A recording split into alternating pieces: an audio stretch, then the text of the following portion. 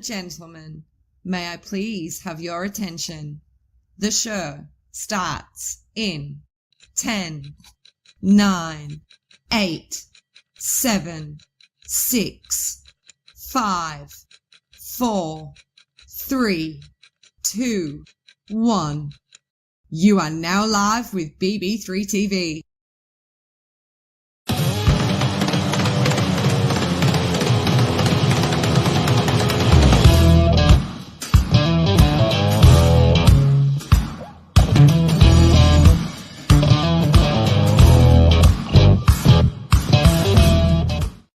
Hey everybody, how's everyone doing? I hope everybody had a great weekend so far and still having a great weekend. Jump in the chat here. Tell me where y'all are watching from. You know how we roll over here. Welcome to Hizzy's Place. If this is your first time being here, we're super excited today. We're going to be talking about exorcism, religious things, all kinds of sorts of stuff. And I got some really special guests with us here today. Hey Nate, how's it going, brother?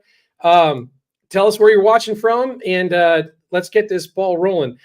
Guys, if you are just new here, please share this out. If you're on Facebook or whatever, share it out, get it out to your friends. Let's get some folks up in here. Because we have a great show for you tonight. I am super excited about it. So guys, tonight we are going to be talking about primarily the exorcism of Emily Rose, but we're also going to be talking about the whole phenomena of demonic possession, what that means, what it looks like in today's society, where it started. I think it started somewhere along the lines like 1640 was like the first recorded exorcism, or when they started. But there's been stuff that's happens for centuries before that. But I'll have the pros come in here and set me straight on that one. So without further ado, I'm going to go ahead and bring in my dear friend James Annitto, who is a demonologist. James, welcome to the show, my friend. Hey, how you doing, Izzy? Thank you for having me. Absolutely, man.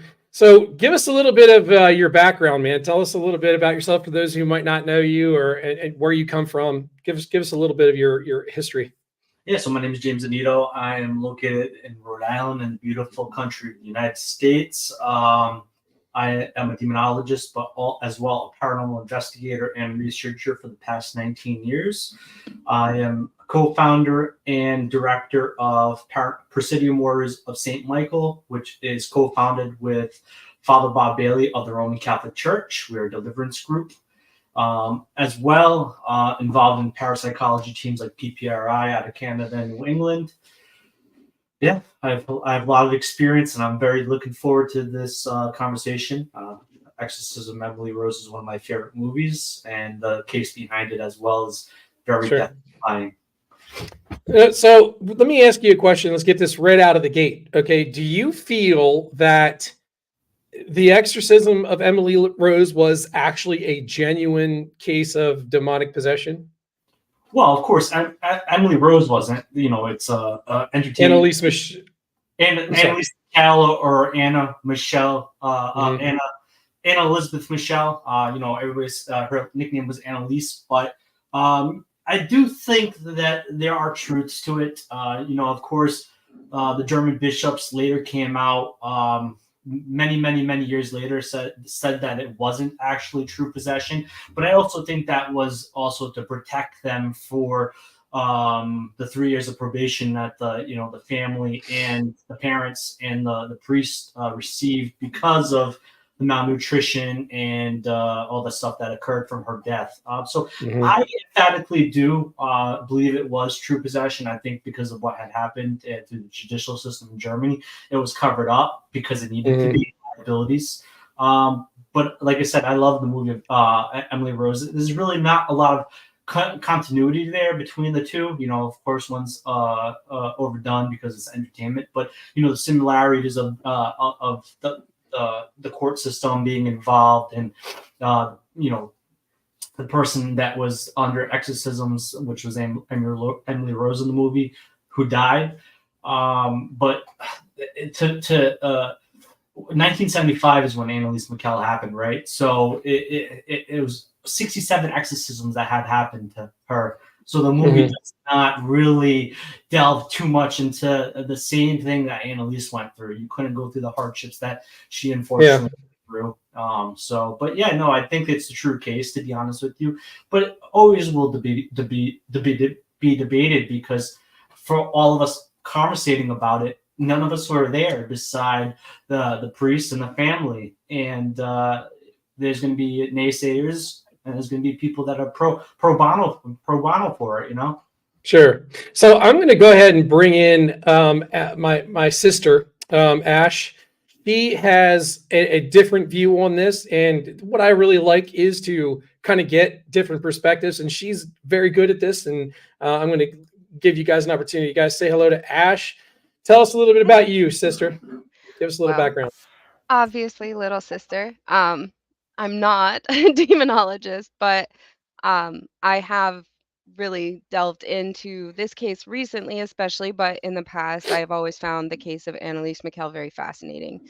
But I also study anthropology right now, and I kind of fall more on the side of medical for Annalise rather than actual possession. And there are a few reasons for that, but we can definitely get into that, later on as we get into things. Mm-hmm. Well, let's just get right into it. So, I mean, that's what we're here to do, right? So, why do you feel, okay, first of all, James, you've been in this field for a long time. You've had personal experience where we probably have not had those experiences. You've been present for these types of things. So, you're probably leaning a little bit more towards, a more professional opinion than, say, me or Ash. So, can you give a little bit of background as to why you really do feel, I know you kind of touched on it a little bit, but why you do feel that this was definitely more than just a medical? Well, yeah, well, I can't denote the fact, like I said, I before the show, and a lot of people that follow me know that I have a developing social science background. I'm very into parapsychology.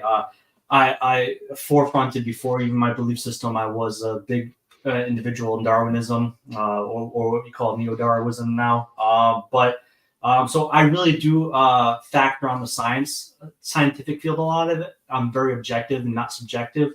But, from my understandings of the case, yes, she dealt with epilepsy to the form of psychosis. And, she was a tirade of medicines throughout her time, and none of them worked. And she did go to psychiatric hospitals with no help to that. And really, really what people, I think, debate is that she was the one that asked for the exorcisms from word of mouth, from what is described, that she was really the one that asked for it. But the parents did also kind of think that nothing was helping on the medical front, so an exorcism might be approved. And to be honest with you, the church actually denied her at first. But then later they approved it through the priest kind of defending, to the sense that he didn't believe that it was epilepsy. Of course, he wasn't a medical doctor. And I think that they did some things wrong throughout that with not having medical involved, because once the exorcism started happening in 1975, I believe it was, or 1976. One of the two. 1975 through 1976, Yeah. And then she passed in 76. Yeah, due to malnutrition and dehydration.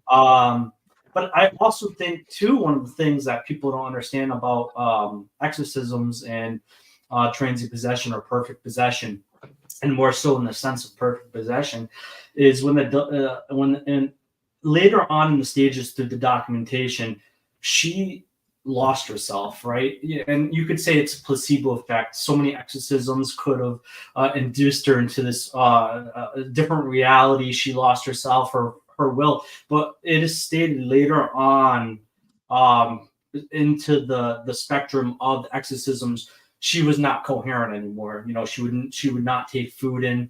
At one point, I believe, based on the court documents, she had been declared incompetent. Like, she couldn't make her own decisions before all of that began as well. So that's what they say. That's what they say. She seemed to be a very brilliant woman. She was in her early 20s. She had her issues, but at the end of the day, though, and like I said, I wasn't there to see it. We have court records. We have the testimonies of the priest, the family, and at the end of the day, the Catholic Church in Germany did later rule it not to be possession, but like I said, that could have been definitely a cover-up. They did ban it for over 30 years until they started recently doing them again in the early 2000s. But in true possession cases, it is documented and very well known that once the transient possession state goes into perfect or true possession, the person's free will is no longer there, right? That means that they've been pushed out, that they are the body's the host to the demonic entity now, or the personification of this incarnate evil. So it basically does not allow the body to feed, eat, conversate. It also will start deteriorating the body due to this, because of course, if you're not taking any water or food in, your body will deteriorate. But it also has been documented that people do gain diseases and infections with this host no longer being incorporated in the body. But there's not many true accounts of this, so it's hard to really emphasize and analyze if this case was true or not. I feel it is. There have been, and there's a lot of unruly data in the sense of people saying they have recordings or you on YouTube.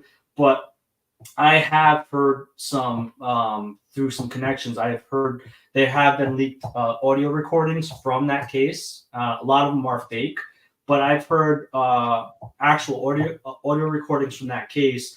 And if you do analyze those recordings, unless they've been doctored after they've been leaked, which in the early 70s, it's still quite possible.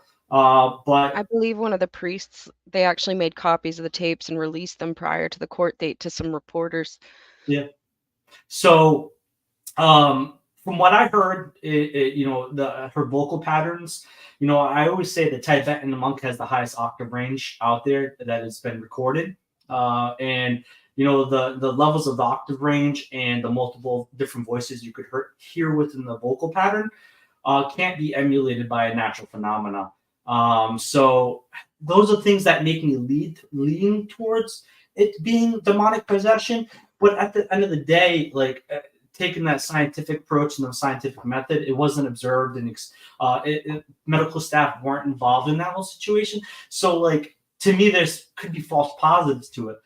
Would I love to think that was real? Yes, of course. And I think it could be real, but there's always going to be something on the fence with me about it. So what do you think about the several priests before Fathers Alt and Renz who actually said they did not believe that she had demonic possession and that she wasn't showing the signs of sacrilegious behavior or an aversion to things like the rosary or sacred objects? They said that they found her to be a normal, if shy, girl.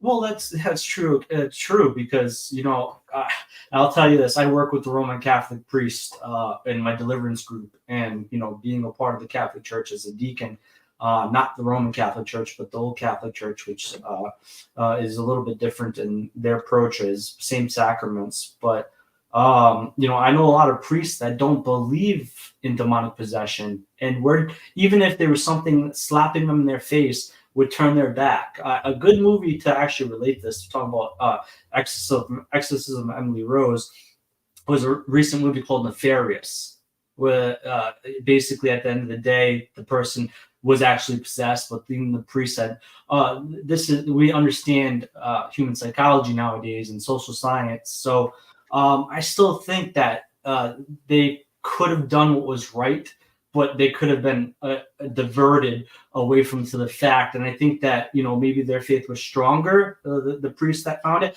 I mean, this is all speculative. This is all theoretical, right? But to me, that doesn't account for that she could not be dealing with it. I know tons of priests that will tell you that they don't believe in demons and are incarnate evil, even though it's in their catechisms and in biblical scripture. And teachings of good versus evil as a theodicy. So it's not unwarranted that priests before them would not believe in it and would more lean towards the medical aspect of it, to be honest. Well, couldn't it too have been maybe that it was kind of early in the possession too? Maybe it hadn't really metastasized to that degree.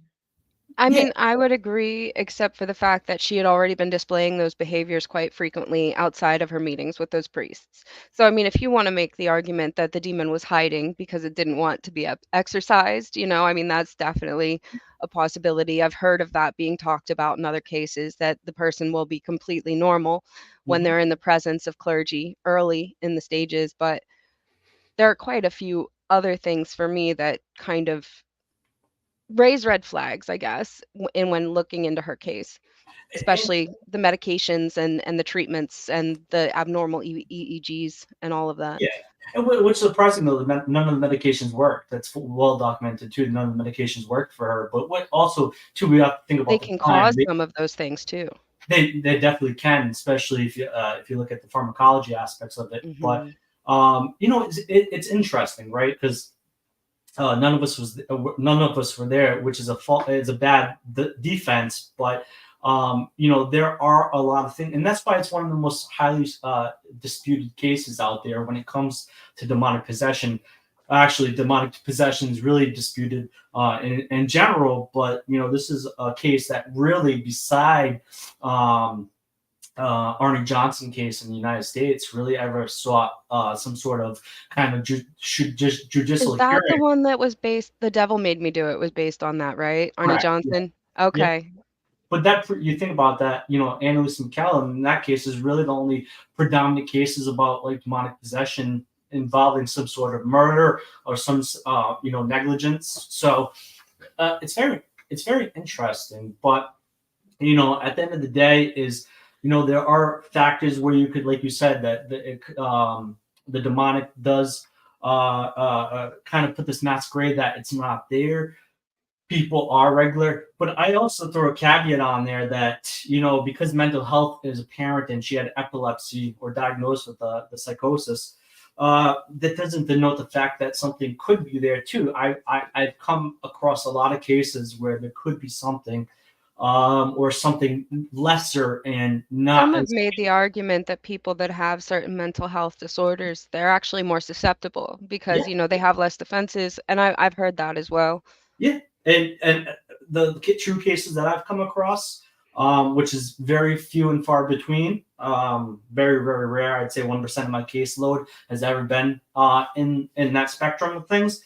But trauma is prevalent in every single one of those kind of cases, and in most cases that I actually deal with, even if it's a evil spirit or something, trauma is prevalent. I think when we're traumatized, we seem to be more gullible or subjective to certain things, which can lead to doorways being opened, and that's not against the truths. Look at a lot of cultures that are superstitious, and what made them to become so superstitious in their belief systems. And I But mean, demonic possession in some form of or other is found in almost every culture across the globe throughout history. So, I mean, every I culture, definitely think that is a thing. It's just for this case, for some reason, it's just it very much. I feel like she was failed on multiple levels. I feel like she could have gotten help other ways. yeah, Let's take a second and stop here for 1 second. Let's listen to some of the audio recordings from her actual possession, and let's kind of see what the record says a little bit. see if these are the real ones. I'm pretty sure this is the real one. Ja, ich will auch für die anderen leiden, damit die nicht in die Hölle kommen und so. Aber dass das dann so schlimm ist und so grausam und so furchtbar, nee. Das denkt man leiden, das ist so leicht zu haben. Wenn es dann wirklich schlimm ist, da will man überhaupt nicht mehr, da will man Now, she speaks German Yes. normally. Yeah.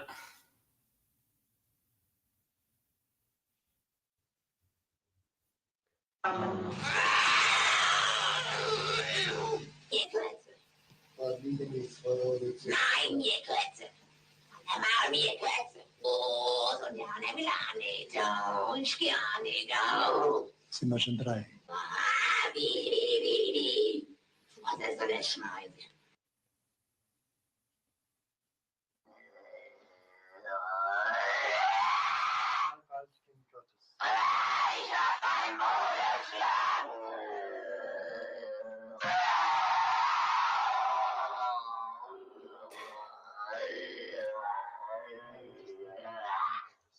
All right, so I want to pause it on there for 1 second. Their argument has been made that, well, you can do that. I mean, I could do it just sitting here talking to you and make it sound like that. What is there anything that differentiates that audio? I mean, and makes it legitimate in your opinion, James?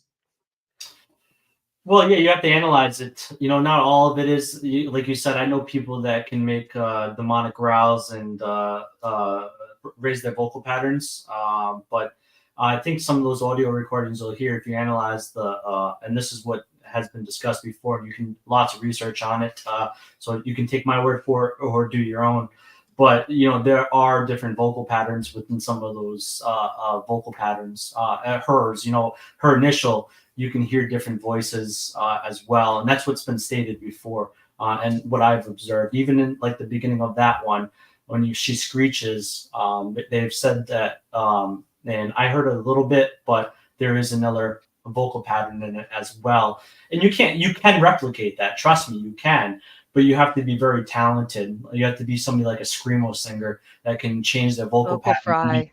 And be very trained on that and do aggro. But Anna Elisabeth Michel wasn't trained on that. And there's no record of her showing that she was. So, you know, she it can be emulated, but to that degree, I think it's very hard in the sense if you do hear the vocal structures within that one vocal pattern. But you have to use audio software for that. And unless you have that right now and want to do that, you won't understand what I'm saying. But like I said, there's many articles on it that discuss that as well. All right, let's go back to it here for a sec.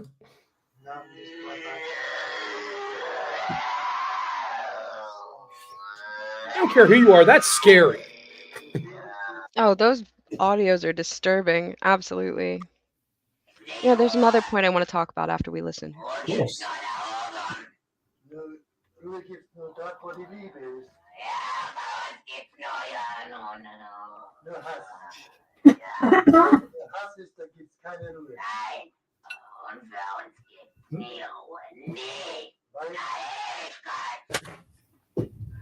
So her voice, I mean, the fact that she's a 23-year-old woman. Oh, wait a second. I think I'm playing two here.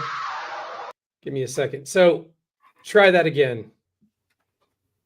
Go ahead, Ash. Oh, I was just going to say the fact that she's a 23, 24-year-old woman at the point that these audios were recorded, like it's really scary, especially when you think about her physical state. I mean, whenever all of this was going on. But the other thing that I had a question, your thoughts on it, James, the fact that all of her demons, the ones that she professed or that they professed that they were, you know, inhabiting her, there's only one that could be considered a demonic entity, and that would be Lucifer. The rest were all figures from history, you know, or biblical figures such as Judas, Cain, Nero, Hitler, and Fleischmann, who was a disgraced priest from the 1500s in Germany. Well, I mean, who that are also supposed to be damned to hell, too. right, but they're not so much demonic entities. Normally, when somebody's saying that they're, you know, they have a demonic entity inside of them, it's, you know, actual verifiable demonic names from, you know, biblical literature. So I guess those would all be figures with her education that she would be familiar with between her religion, her education, and where she was from. So I guess that's one of the other sticking points for me. Yeah, you know, if she had pulled some names that weren't figuratively known, I think it would be a little bit more easy to swallow. But yeah, you're right. That is one kind of on the fence thing I've always had to say. You know, Dustin did make a great point that, you know, they were in damnation. If you really look at the logistical nature of what we think, what bad people do, where they go in the Christian sense, or even in other senses as well, belief systems. But yeah, no, that's one pill you have to swallow. That why was it Hitler? Why was it Judas? Nero. Nero. Mhm. Yeah, A Roman emperor. yeah. Well, one of the worst Roman Empire. Oh, absolutely. Yeah, I mean, he was vicious. I Crazy. mean that, Insane. and Absolutely. what he did to Christians alone. Yeah. He used Christians as street lamps. Mhm. I mean, it's horrible what he did. The one counter Insane. argument that I could say to that, and this is, not necessarily my opinion, but as somebody that likes to throw out different theories, you could look at the theory that it was a deceptive tool, right? It's throwing these names out because it's not trying to give Doesn't want to give its real name. Yeah, because we know the power of a name, like Sun Tzu, the art of war. You know your enemy, you have a greater chance to win against your enemy, right? In that same essence, it could have been that deceptive tool of trying to create a masquerade that it's these figures coming through. So you can play that as an argument. But yeah, I have to agree with you. Why wasn't it something very unknown from, the Solomon seals or the Goetta, right? That she would probably not know. So yeah, I agree with you on that. But it's also, people debate in my realm of things in theological sense and demonology and angelology is that it could have been Tools of deception. It didn't want to be exorcised, even after 67 exorcisms. That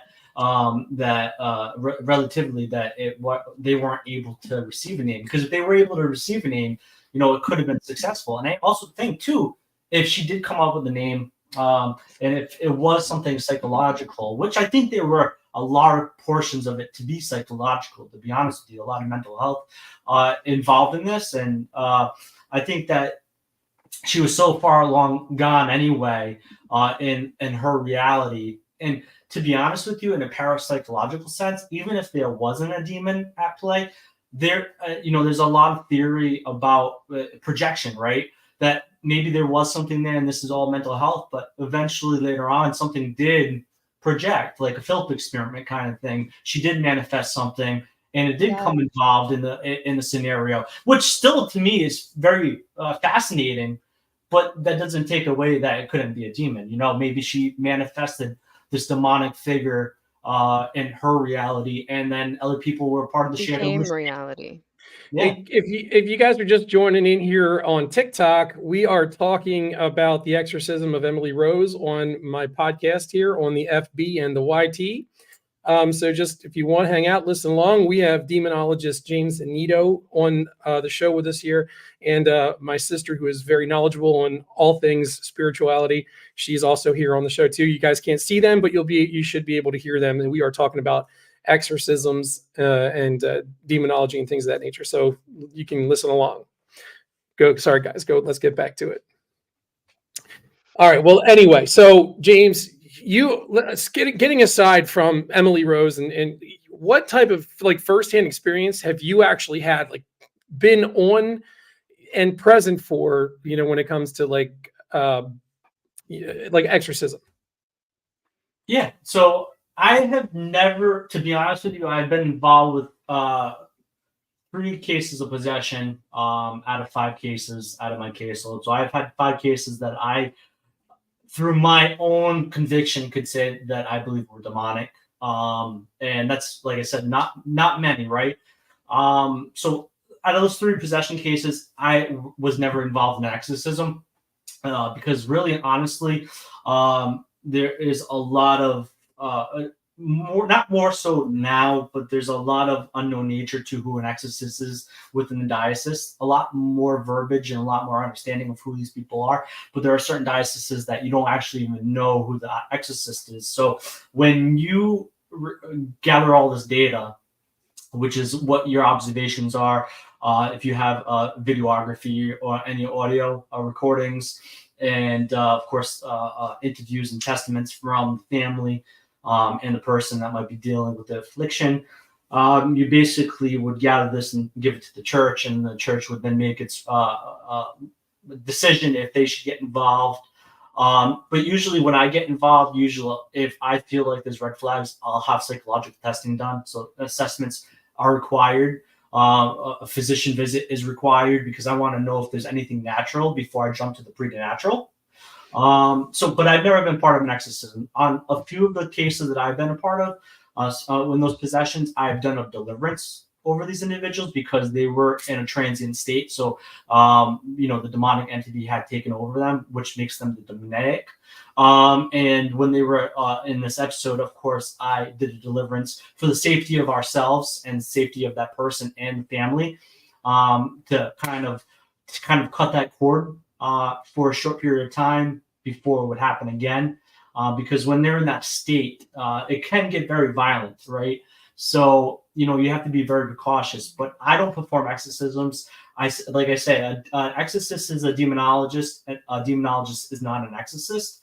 And to be honest with you, an exorcism is very private ritual, right? So they will bring their own team in, usually 2 priests. It will be 2 priests or maybe even 1. Usually it's 2 priests, an assistant, and then of course the one that's going to be performing the solemn rite. But no, I've never seen it. I've talked to people that have been participants. I have talked to exorcists that done it. I've also spoken to people like Adam Bly, who's the demonologist for the Roman Catholic Church, who teaches priest demonology and lay people. And then I also work with Father Bob Bailey, who's a Roman Catholic priest, but he's not an exorcist. He's a deliverance. He does deliverances. He's tried to get to that level, but because there's already an exorcist part of the diocese, they don't usually have 2 of them. They only usually have 1. So I can never say I have actually had physical experience seeing one. I do know the Ritualist Romanus verbatim, the 1999 version and pre-1999 version. But I don't have the credentials, so to say, to do it. I wouldn't perform that. It's a liability. It's dangerous. Sure, well, right. And if we learned anything from her, Emily Rose was what we'll call her for the sake of entertainment purposes. She was sick. She got really sick and ultimately ended up dying. So, you've got to take all that into consideration when you're thinking about doing something like this. And I think that's probably why it's so difficult to even get the Catholic Church involved. With an exorcism, you've got to have some pretty substantial, hardcore evidence for an exorcism if they're going to get involved. So if you guys take a look at the bottom of the screen, this is Angie. Okay, she is also my sister. Here at the bottom, her last name is not Hizzy, it's Hizzy. But that's as I'm Hizzy, she's Hizzy. So you see how our names get played like that. Anyway, she has had experience with having actually been possessed. My mother witnessed this, and I'll tell you, my mother wouldn't make a story up like, she's just not the kind of person. She's a very Christian woman. She wouldn't, I just believe that my mother wouldn't lie about the situation. I was too young for it to even know, or I don't even know where I was when this happened. But apparently my sister exhibited some superhuman strength when she was possessed by whatever it was she was possessed by. But Angie was also involved at that time pretty heavily in drugs and narcotics. Sorry, sister, but it's the truth. We know this. So how much does that come into play when you're talking about exorcism? Do we have to consider the fact that they might be under the influence of some type of substance that's maybe pushing this experience? I'm sure that definitely opens a doorway. I mean, you're in an altered state of consciousness when you're intoxicated. Yeah. And trauma is hand in hand with any kind of addiction. Mm-hmm. Yeah. And there's a lot of belief systems that use psychoactive drugs to reach a higher level, such as totalism with peyote and stuff like that. So, and other different African mythology, African tribes. So when you're doing substances, it is said by theory to bring you to another state. So sometimes that going to that other state doesn't mean it's going to be a positive especially if you're already in a negative headspace. For sure, you're opening the wrong door. Yeah. Well, so I just got a text from my mother. She's trying to comment on here, and unfortunately she's not able to, for whatever reason. YouTube is not pulling it up on here. She said that Angie at that time was actually into Satanism. She wasn't drugged up at that time. So again, this is me not entirely knowing that situation, only knowing that my sister was possessed. Mm-hmm. Nelson's like blah blah blah blah blah. Dustin blah blah. TikTok, you gotta love TikTok. So I don't know. I think I would love to have my sister come on, maybe what I can do, Angie, if you wouldn't mind, you have a camera, come on and tell your story. I'll send you the link. So how do they decipher from mental illness, from mental illness to possession? Where's this is coming from TikTok? Where's the delineation? Well, of course, you would get an assessment, and usually properly, you'd get 2 or 3 different assessments because different opinions matter. So if it's an assessment, they don't receive anything to the DSM-5, which most people have a disorder, regardless if it's pungent or not. We all have a disorder. What is relatively similar to what they're experiencing through that affliction relate to their episodes, then you can start leaning towards that. It could be mental health, more leaning towards what they're dealing with. If they are having disorders that have no correlation to their episodes and their fits of rage or their loss of time, then it's really hard to lean towards that way. One of the people that I always tell people to go listen to, read his books or read his lectures, listen to his lectures, or even as a TED Talk, is Richard Gallagher. He's a psychiatrist who works with the Catholic Church. Very smart man. He's PhD, of course.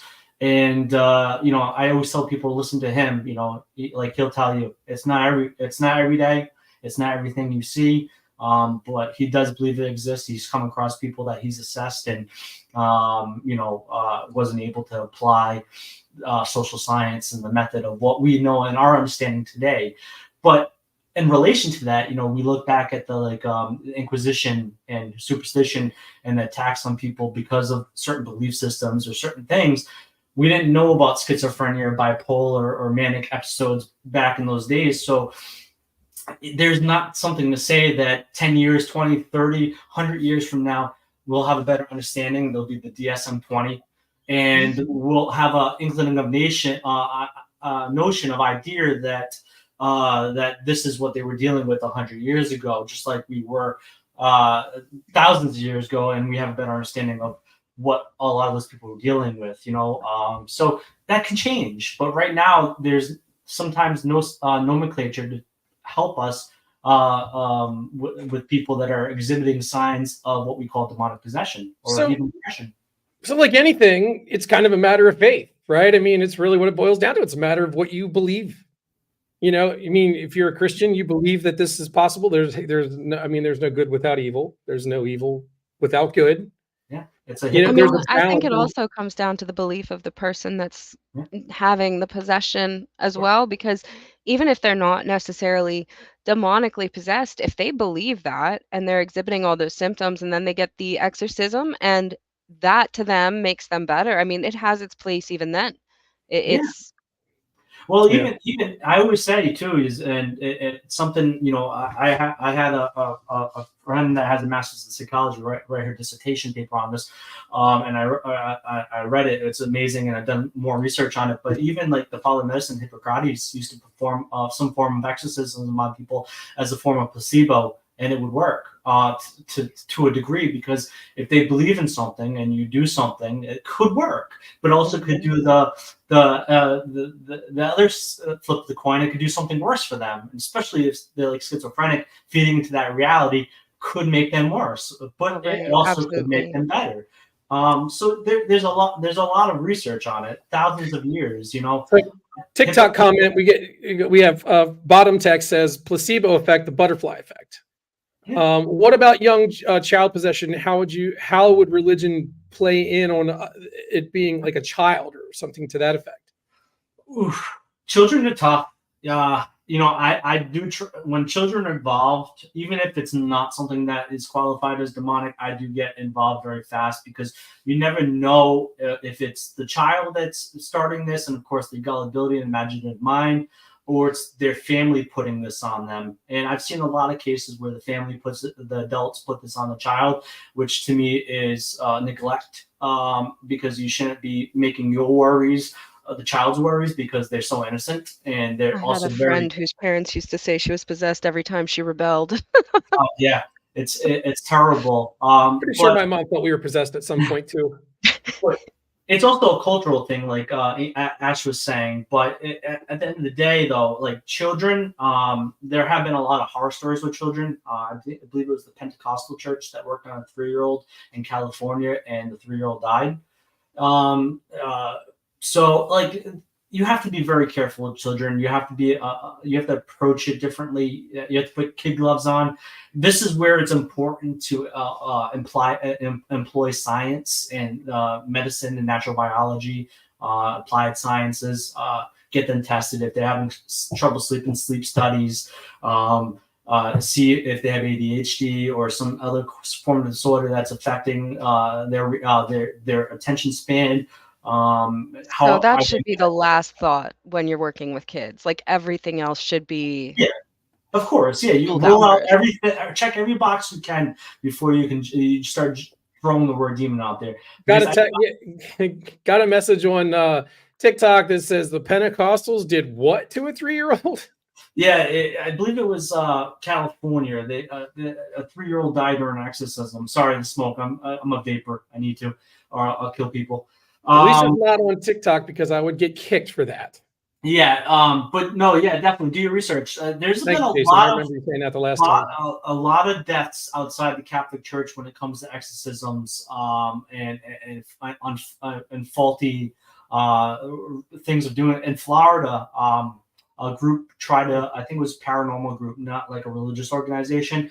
A group tried to perform an exorcism on this young woman, and they said to get rid of the demon, you have to burn her alive to burn the demon out. So luckily, she survived, but they burnt her alive, and she walked away very burnt. So, like people make faulty decisions, and you have to be very careful when dealing with people because people are very peculiar, and you have to check, like Ash said, and I kind of echoed, is that you have to check the boxes, especially with kids, but all people, you have to do that. I mean, it's Florida. It's Florida. Preying on, so we got another message on TikTok, preying on influential minds. I think that's true. Yeah, the other thing you have to consider too, and this is a difficult thing to talk about, and it's a little bit of a transition away from what we are kind of hitting on right now. But when you involve children, the children in the Catholic Church do not have a good relationship. Let's be honest. I mean, I'm not trying to dog on the Catholic Church, but that's the dogma. That's clergy in general. It's not just Catholicism. It's all religious practices. I mean, it has a lot to do with power dynamics. Mm-hmm. Honestly. Yep, I agree 100%. Who's the Pope? Pope Francis. Who's the Pope? I don't know who the Pope is right now, to be honest with you. Is it Francis? It's Francis now? Yeah, I think.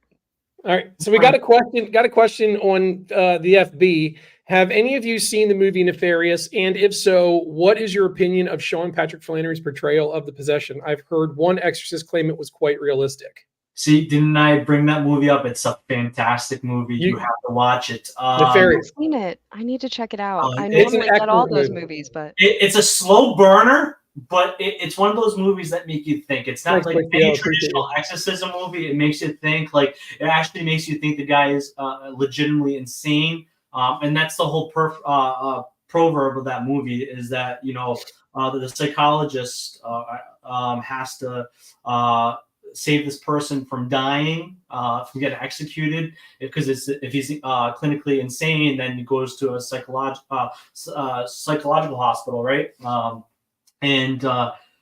So yeah, the basis of that story is very interesting. What is your opinion of Sean Patrick Flannery's portrayal of possession? I loved it. Like that is really in reality when the demonic once if the demonic wants to be heard, right? And it's very rare that they want to be heard. It's because at first it's a masquerade, but at that point in time, there's some inclination that it possibly was.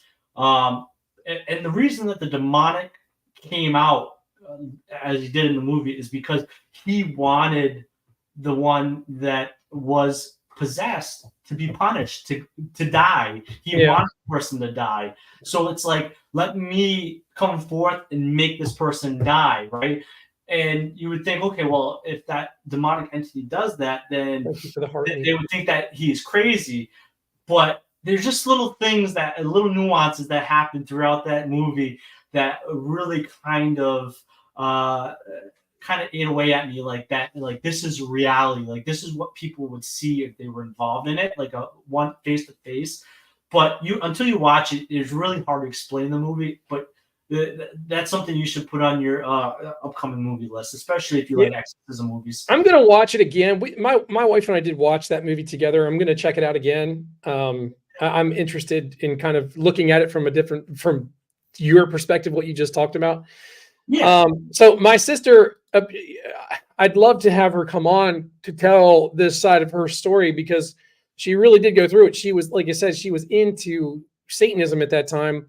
She was very, very much into bad things at the time. And when she became possessed, I would love for you to hear that side of the story. You don't, the movie. So to answer your question, the movie is nefarious when they're on TikTok.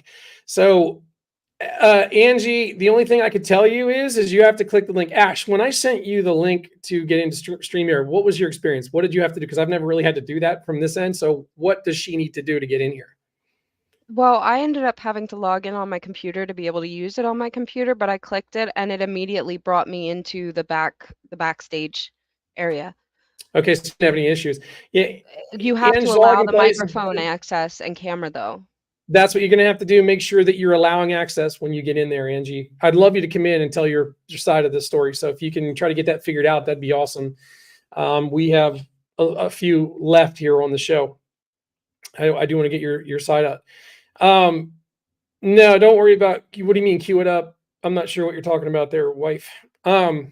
So back on, it's kind of hard. I'm trying to balance both platforms and stay on top, because I want to get there, what these people are talking about here on TikTok too, to you guys.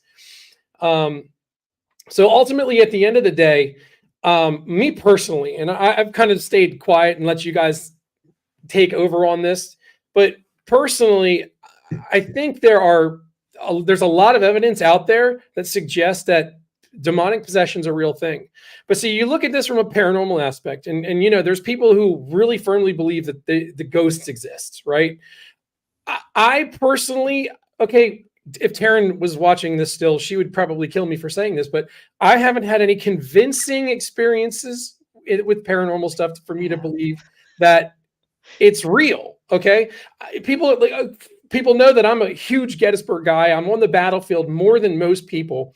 I'm more of a Ghostbuster. Nice one. I have never had a paranormal experience on the battlefield, and that's supposed to be one of the most haunted places on the planet. I mean, I've had some of my scariest ones there. Okay, well, I want to hear that, but my experience in it's hallowed ground. When you think about the immense loss of life, 53,000 casualties on that battlefield, it's hard to get your mind around that. So, and these are people that lost their lives in horrific ways, and their energy is supposed to have been left here. But I don't personally experience that. But I do believe that if I'm a Christian, if I'm truly a Christian, I believe in the existence of God. You have to believe in what the Bible says, that there is the existence of the devil, and the devil has demons. And those demons, I do believe, have access to people who give them access. Like if you're sitting here playing the Ouija board and you're opening that door, I feel like you're going to have an experience like that. Does that make sense? I feel like you're opening the door. I think the viewpoint, it's subjective for sure, but no, I do agree that there are things out there that we can't explain, at least not yet, and I do believe that there's evil out there. I believe in malignant entities for sure. Mm-hmm. So yeah, I think it has a lot to do with the new thought theory of laws of attraction, laws of intent. When you're communicating, it could be wrong place, wrong time, but I think really it's more pungent on who you are as a person and what you do, and the vibrations you're putting out. Yeah, I think that if you're a bad person, you might. I always say it's the good people that suffer, but I think that at retrospective time and place, and It could have just been their mindset in that moment. yeah. Okay. Sorry to cut you off, guys. Angie is in the backstage. All right. I'm going to bring her in. And we're gonna talk to Angie about her experiences. Hey, what's up, Angie? How are you? And Could have just been their mindset. Angie, can you can you hear Angie? All I can hear is your background. I don't know if you can hear us. Is in the backstage. All right. I'm going to bring her Yeah, you're gonna have to put microphones on because there's definitely an echo. Can you get earphones on? Hey, guys. All right, I'm gonna drop you out, Angie. You need to get headphones before you come in, so there's not echoing, and there is quite a delay to your microphone. So I used to think I was a bad person. I was just in a bad headspace. Well, that came from TikTok. So I can tell you from personal experience, and I think anybody who has any type of life experience has had dealt with mental issues. Listen, I personally have struggled with. There's no normal person in this world. You've never met someone without trauma. Exactly. Everyone's had their issues, so it's very difficult for anybody. You should never pass judgment. The point is you should never pass judgment. Nope. Give me 1 second here. I want to hit there. Okay, definitely about your vibration. The lower your vibration, the more you will attract lower vibrating energy. True story. I also believe ghosts are actually demons masquerading as human spirits, manipulating those willing to believe. Now, I actually do know another fellow demonologist that actually believes that. His name's Kid Johnson. He does believe that as well. And, I'm not very much of a fan of that theory, but who says it's wrong? We could all be being duped and fooled. Look at just how I have a different take. Look at how the world is nowadays, right? It's falling apart. So maybe the more that we give in, the more it falls apart, right? Who knows? Speculative. Angie, do you have headphones yet? I'm looking. You're looking? I think it's working better now, though. Well, it is working a little bit better now, though. So I'm not getting quite. Yeah, I'm not quite getting the echo. So, all right, Angie. First of all, give us a little bit of background of your background and when did you get into Satanism? Why did you get into Satanism? Talk about that a little bit. Well, I just remember being, I don't know. I didn't know what to do. It was just like a thing. Like I didn't think life was going well at all, and that the other. And we lost you. Oh no. Darn it. Seems like Ange has a bad internet connection over there, which is a bummer. Yeah. Oh my God, my internet sucks. But yeah, I just I don't know. Had no choice. All right. So Ange, talk a little bit about, thank you for the roses. I appreciate you. Talk a little bit about what happened to you, Ange. Do you remember anything when you were possessed? What happened? I totally didn't hear you. Okay. So do you remember, thank you for the heart me, welcome to the team. Do you remember what it was like when you became possessed? Do you remember anything about being possessed? I sort of do. I remember Aunt Linda just looking into my eyes saying there was evil in my eyes. I can't explain the feeling. I really can't. Felt a little powerful. I remember you felt powerful? Like you actually remember feeling that? Yeah. And decision altogether, because I don't remember a lot about what happened. Mom can clue you in, but I remember. I'd love for her to be able to get on here. I don't think she's capable to get on. I told her Somebody on. Yeah. So TikTok said, Ange, thank you for your story and making it public. Yeah. Yeah. Well, I know this is kind of an uncomfortable situation for you. You don't do this much. So, what but happened? Internet sucks. Your story is important though, because you are somebody who came from kind of worshiping Satan to being a Christian and walking in the faith. So that's a heck of a transition, right? And that's kind of what people need to hear a little bit of your story. So just talk a little bit while you have an opportunity about what got you in that position to where you got possessed, what you were doing up to that point, and then your life after it. Just give a brief synopsis. You totally just the first part of that I could not hear. Your internet is absolute garbage. It is. It really is. Okay, I moved you a little bit. Go ahead. Okay. I said, all right, just tell us a little bit from how you went from, how you became like you were worshiping the devil and how you came to that. And then when you got possessed and then what your life has been like after that and your walk up to becoming a Christian. I don't really remember much after other than Mom, I think I was 16, I believe, telling me what happened. And since that conversation, I totally, What happened that day? Your mom that she saw? Like what event happened that she saw? Oh my God. I guess she heard me talking in a weird language, or whatever, and she stood by my window and prayed it away all night. I apparently looked at my stepfather, scared him to death. She said he ran downstairs pale, white. I don't know what happened there.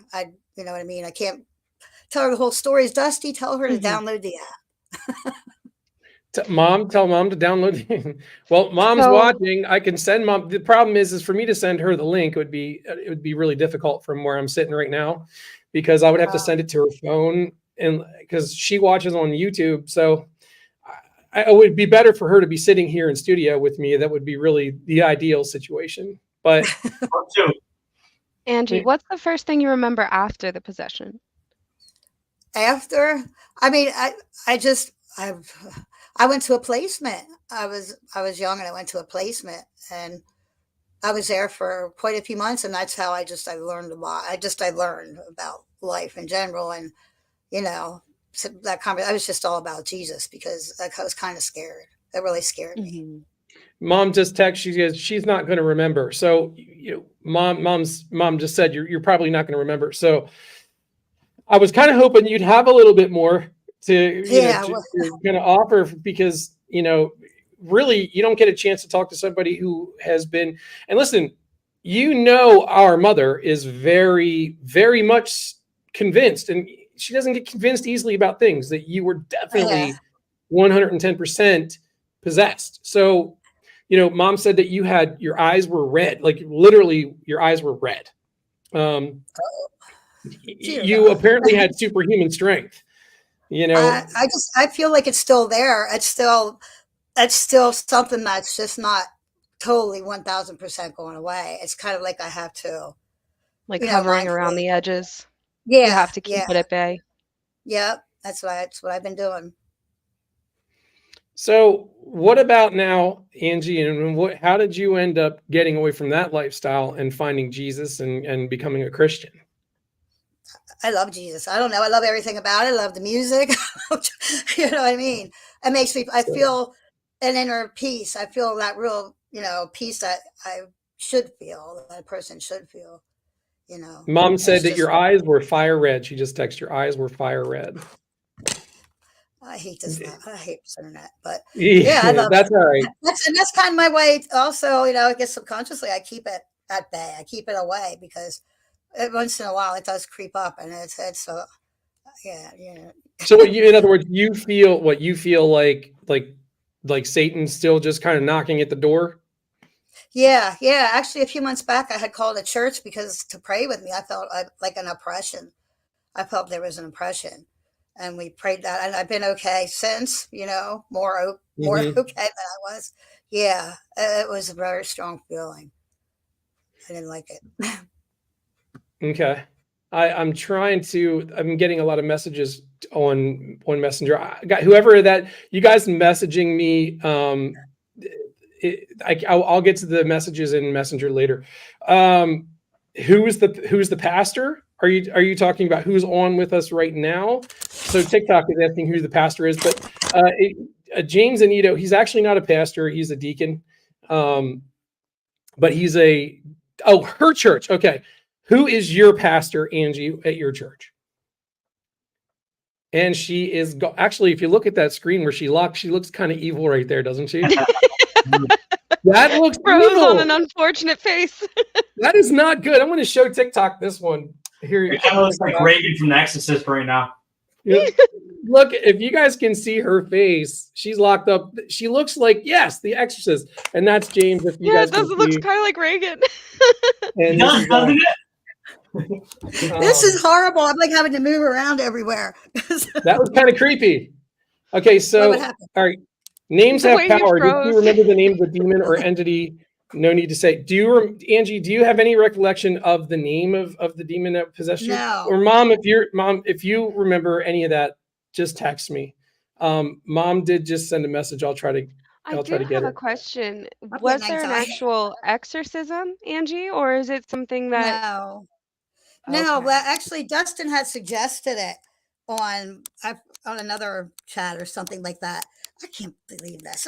And I was under the impression that could kill me. You know, Mom said no name. I don't What happened? remember. Mom mentioned Turnpike Road. There was something that you saw on Turnpike Road. What was that? I don't know what it was. I just remember something chasing me, and then I was in a truck, and then I was at my friend's house. I don't remember in between that, but something was chasing us, and somehow we ended up in the back of a truck at my friend's house. By I really don't something, have do any you memory. mean like A some cryptid kind of or something? like a cryptid or an entity? It was like it had wings, maybe, and it was just it Like a was Mothman? seriously chasing us. And yeah, I remember that, but I don't remember getting in the truck. I don't. Maybe I do remember the truck a little bit, but I don't remember going to my friend's house. I don't remember.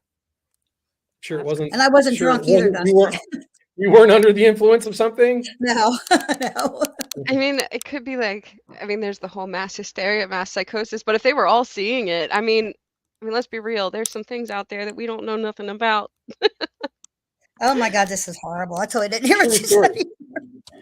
You can't. Okay, so you can't hear her. All right. Well, Ange, we'll do this again when you have an opportunity to get some better internet. Yeah, maybe absolutely.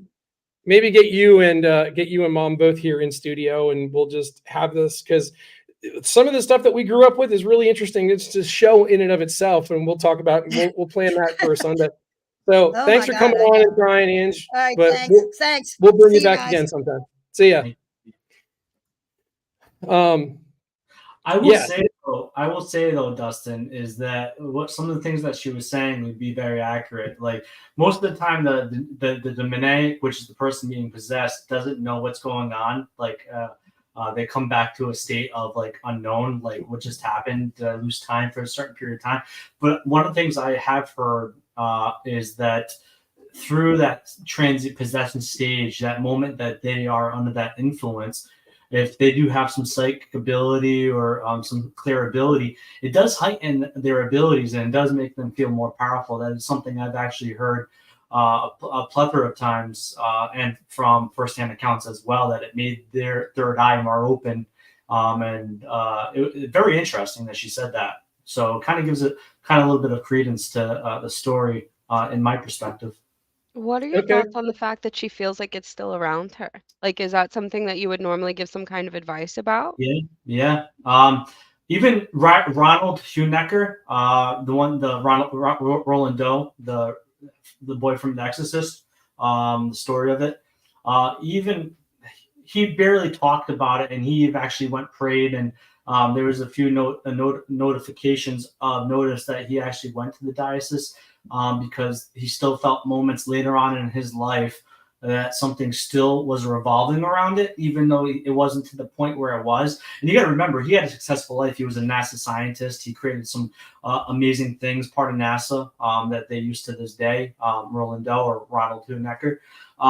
But even his accounts, he said, it wasn't always gone, right? So it's the truth. I look at it like the predator and the prey, right? If you escape the predator or a killer, let's say the serial killer movies, Michael Myers is eventually going to get you. He's not. Yeah. He's always around. If you escape him once, he's going to come back, right? So it's kind of like in that sense of analogy where They don't like being thwarted.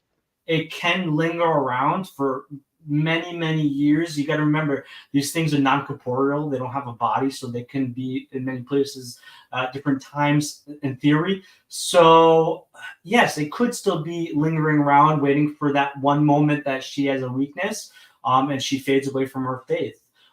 Even some notable people that were venerated as saints, Padre Pio and Saint Anthony, and a few other those saints that were venerated were said to even have the strongest faiths and still be oppressed. So it's notable. Yes, it could still happen, and I will tell her, if she really emphatically dealt with a demon, that she still stays strong with her faith every single day. And as for people that are my clients, when I'm done with them, in the sense of like, if there's a moment of peace and tranquility and they feel like they've reclaimed their life, I give them a lot of advice of what they should do. I don't like to push church down people's throats, because it's not how I do things. But I do tell them that they maybe should go to church or find a place of worship. I do tell them to bring the sunlight in. If they're in a marital status, if they're going to be in a fight, step away from your partner, go outside, exert your energy differently. So there's a lot of feedback I give to these people that are either dealing with a negative spirit, or a malignant entity, or a demonic entity. There's a lot of lifestyle change that you have to instill in yourself to for your eventual wellness, either if it's spiritual, physical, or mental, or whatever, your well-being. So the question, a question has come up. Give me a second. You were talking about oppression, and the closer you get to God, you become more susceptible to demonic attack. And I think people who are devoutly, like really devoted, Christians, like the people who have displayed signs of stigmata, okay, they suffer like significant, demonic attacks. That doesn't mean that they're evil people, or it's just that the closer you get to God and your spirituality, the more under attack you're going to be. Yeah. And so I also think that the deeper you get into, and this, I think, could be whatever your religion is, whatever you classify yourself as. I feel like the closer you get to a good entity, a good source of light, I think the more open you are to attack from the other side of that balance. So I'm not super religious, but I do love learning about different people's experiences and perspective. Absolutely. Yeah. I think that's all we have in life, really, is to be present with each other. I think at the end of the day, life is completely a fellowship, right? Whether you're coming together on something like religion, or whatever it is, life is a fellowship. It's really relationships and who we have. We can't learn from each other. That goes for anything. That goes with like the way people feel about racial issues, political issues, all this stuff. We can have another 3-hour show unless on we that. learn. Yeah. Say that again? Nothing's going to get done unless we learn. I mean, you can't find a middle ground if you know nothing about the perspective or opinion of your, I guess for lack of a better term, adversary, when they're not really, but that's how it feels at times. Yeah. The church also examines people that showed the signs of stigmata, but they also don't believe in that. And then bottom text said that makes complete sense coming from the Catholic Church. So to answer this question, is stigmata an evil attack, or is it just the way Jesus was crucified because they believe so strongly? Well, stigmata is showing signs of Christ's crucifixion. So Christ received 5 significant wounds, okay? The piercing of the hands and feet, the crown of thorns, the lashing, the spear through his sides. Right. Well, right. Of course, crucifixion was likely done through the wrist, not through the hands. And I think there actually is archaeological evidence that supports that theory. Mm-hmm. But so stigmata, well, there are images. You can go online and find images of bottom text actually just said something that's very important, and I'll read this in a second. But there are stigmatics who have shown the wounds on the hands. There are historical photographs of that. Mm-hmm. So, but is that because that's what their belief was so devout, so intense, that they manifested those wounds because that's where they believed it to be. I don't know. Are we powerful enough to manifest something like holes in our hands Well, and I feet? mean, you brought up the Philip experiment earlier. I mean, I think that we are entirely capable as humans if we get on the right wavelength, if we find that bandwidth, I guess, we can do anything. I mean, Yeah. I don't think that there is a limit to what we can do. So bottom text said Jesus did cast out demons, so says Matthew. So I mean, Jesus But they, himself was casting out demons. I mean, if we are that legion. that should in and of itself kind of settle the case. I mean, whether demonic possession is real or not, if you believe that the Bible is an accurate text, and if you do believe it's the word of God and Jesus, then you believe what it says. Into pigs, from what I've read. Yeah, Mhm. Legion. That's where the "We are legion" comes from, correct, James? Correct. Yeah. Yeah, and then he forced them to drown themselves in the sea. He also too was the famous story of Mary Magdalene as well. But yeah, no, yeah, it's very interesting. Stigmata is very interesting, and then too, you would heavily debate that they could have done Jesus's hands instead of the wrist, because if you do pile drive something into somebody's wrist, they're gonna die faster than if you pile drive it in their hands. And I don't think they wanted Jesus to die fast; they wanted him to suffer. So it could make sense that they would do the hand, because if you put a stake through the hands instead of the wrist, where your main artery is, you're likely going to die less. Isn't the argument for the wrist because of the fact that the hands wouldn't support them long enough? That too, as well. Yeah, but keep in mind, Jesus died very quickly on the cross. He died faster than somebody who normally is crucified. Well, yeah, and there's reasons to that too. If you There's look also the piercing of the spear at that point too. Right. Well, they did that to finish it, to get it done. But they also, I mean, he was scourged. They said 39 times because 40 was known to kill a person.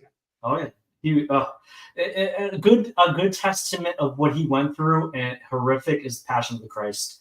That is the closest interpretation you can understand of what he went through back then. That is a barbaric movie when it comes to that part of it. But yeah, I think that if you could imagine through like words what Jesus went through, The Passion of the Christ is a movie to watch. That gets me every time. Yeah, Hello from Ecuador. Thanks for jumping in.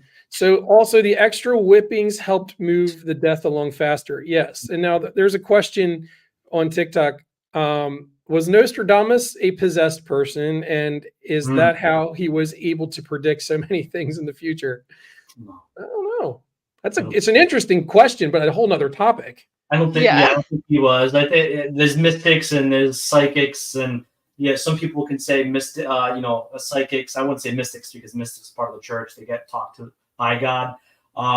But yeah, of course, you'll have a lot of Catholics and a lot of Christians of all denominations say that psychics and mediums are. Well, I mean, there's even been cases of people in the Bible who receive visions. I mean, I don't think that having visions or even, as I've said before, being on the right bandwidth to pick things up necessarily makes someone evil. I think that they just might be open to more of the universe than others.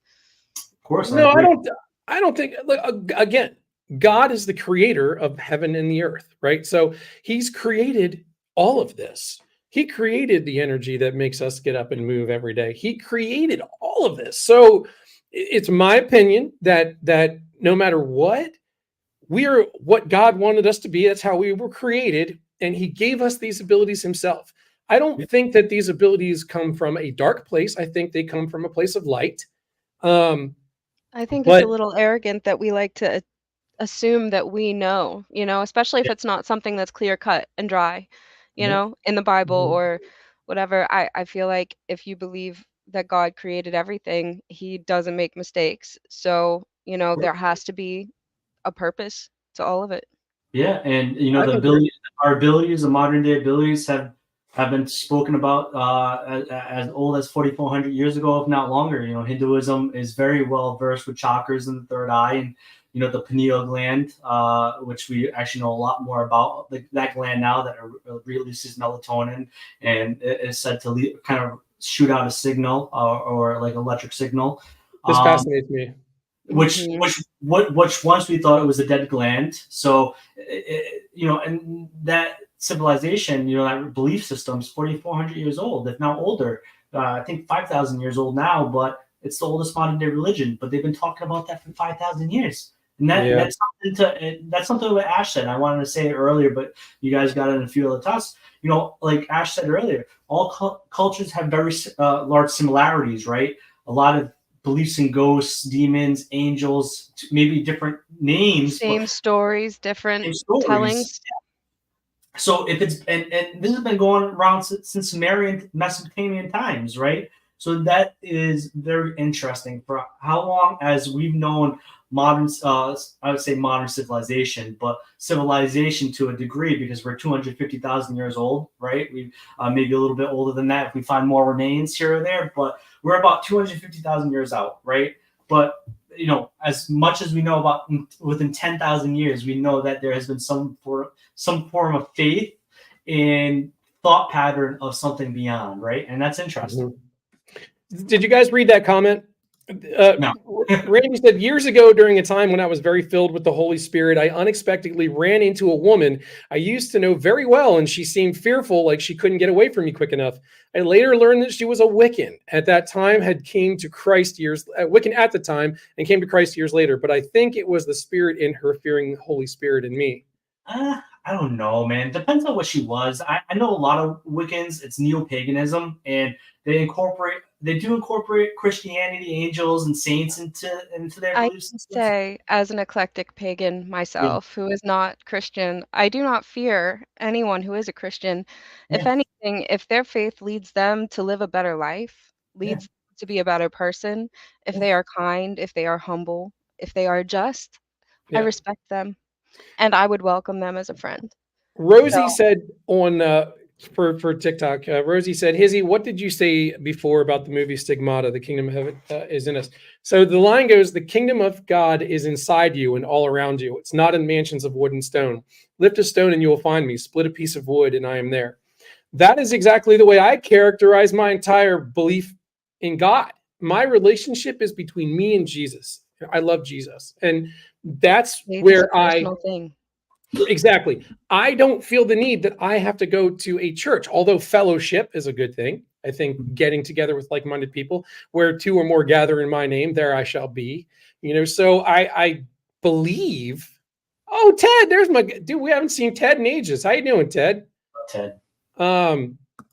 That's and I like the way they characterize that in that movie. And look, Stigmata is not exactly it's not a movie that you want to base your whole entire religious belief system on. It's just a freaking movie, but it does. Apparently, that came from a scroll, from a gospel. I think St. Thomas, that was not added into the Bible. It was a text that they'd found later, many centuries later, and never was completely added to the text. But that is a very good characterization of how I view my belief in Jesus Christ and my religion. So I'm more of a King Baldwin beating that redheaded dude. What? I don't know what that. I have no idea. What are you talking about, Bottom? What's his name? I'm more of a King Baldwin beating that redheaded dude. Sounds like a movie reference. Yeah, I don't know. Is that like beating like a redheaded stepchild? Is that what that is? A redheaded stepchild remark?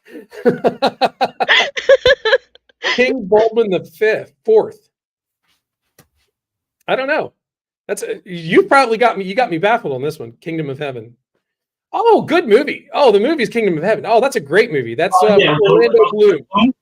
Yeah, it's a great movie. That was an excellent movie. So we all have. Here, let me put this up. We all have God's source energy. Doesn't matter what we believe in my opinion. Of course. No, I totally agree with that. Yeah, and Ash would know this too. Like if you look at religion, right? It's usually depicted in the form of a tree because there was one tree trunk which what we come to know as the first man-made tree religion. of life. Yeah. Oh yeah. The first man. I didn't even see that behind you. The first man-made religion was animism, and I think Ash could agree to that, but maybe she won't. Animism, which is everything is life, everything that grass, trees, everything is life. It goes to one life source. And then it branches off from Everything's that. connected. Yeah. So it's yeah. I think that if you believe in the incorporation of where our faith originally first came from, yeah, then it's all connected. And regardless of what you call God or life, it's powerful and it's meant for us to have. And neuroscience has adapted, and there is even neurotheology out there now. We understand that there's a component of our brain that reacts to faith. Why is that there? Yes. Is that through evolution, or has that always been there? Have you So ever that's important too. have you heard about some of the studies that they're starting to do with psychedelics? You know how they stopped all that back in the 60s and 70s, Yeah, but now they're Yeah. starting to do it again, and how it increases that feeling of oneness in people who take it. yeah. And That everything is connected. It's all energy.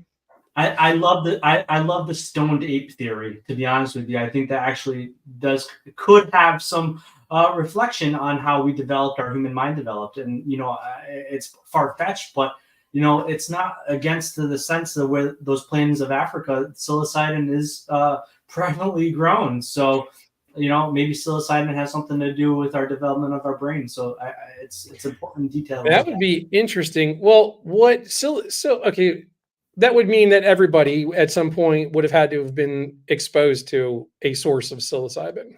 Well, not everybody. If you believe No, back in yeah. the day, those communities, like how everything kind of it's back when we were forming as people, how we became what we are today, the advent of what we know Spiritually. as civilization or humanity, Mhm. See, I've always been interested in the studies behind DMT and those types of things. That is a fun And subject. what's that? I That's said your that is a topic? fun subject. Yeah. Some I've native people delved still a use little bit. mind enhancement plants for oneness. Some native people still use mind I said Yeah, enhancement. that earlier. ayahuasca. I said Yeah, peyote. Yeah, and then peyote, also ayahuasca. ayahuasca. The And that's like exactly Native Americans. Really, that was a huge thing for them. And I mean, they were very spiritual.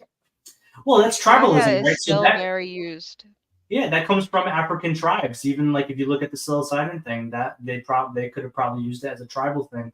And I know that yeah. South American shamans and spiritual practitioners, they still very heavily use things like tobacco whenever it's done certain ways, or ayahuasca is still very prevalent. I know that there are even some religious groups in the United States who have permission to do ayahuasca on US soil now.